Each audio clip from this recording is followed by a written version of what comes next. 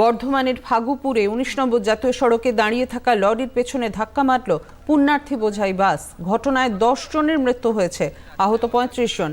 আহতরা Bardhaman medical college হাসপাতালে চিকিৎসাধীন।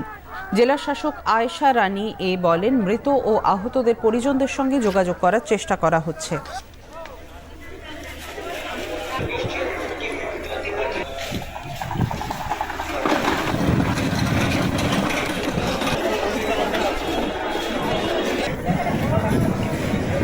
गंगा सागर से रिटर्निंग आ रहे थे और बस वाला कहा गया ना जाके अपने ट्रक में ठोक दिया। हम लोग के 55 आदमी थे और 55 में बुझे कि 10 आदमी डेट कर चुका और घायल है 2-3 आदमी बचा हुआ है।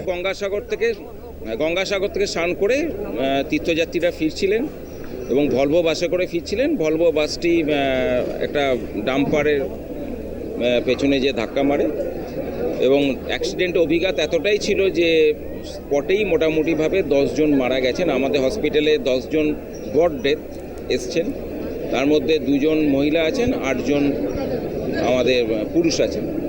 তাছাড়াও আমাদের এখানে আপাততভাবে এখনও পর্যন্ত 25 জন এসছেন ইনজিওর্ড হয়ে এবং তাদের মধ্যে 4-5 জনের অবস্থা একটু আশঙ্কাজনক এবং প্রত্যেকেরই চিকিৎসা চলছে। প্রত্যেকের ইসিজি, এক্স-রে, সিটি স্ক্যান এবং আলট্রাসোনোগ্রাফি যা যা করার দরকার সব করা হয়েছে এবং চিকিৎসা চলছে এবং আরও কিছুটা সময় গেলে আমরা বুঝতে পারবো যে যাদের আঘাতটা গুরুতর তাদের আঘাতটা আরও কতটা গুরুতর বা কোনো রকমভাবে জীবন সংশয় আছে কিনা।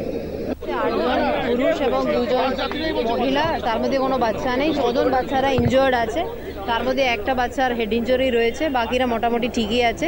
মেডিকেল কলেজের পক্ষ থেকে পুরো ট্রিটমেন্টের ব্যবস্থা করা হয়েছে। বাকি যারা রয়েছে তাদের টেস্টিং হয়েছে। যারা মারা গেছে তাদের পোস্টমর্টম করে তাদের বাড়ি পৌঁছে দেওয়ার ব্যবস্থা আমরা করে দেবো প্রশাসনের পক্ষ থেকে।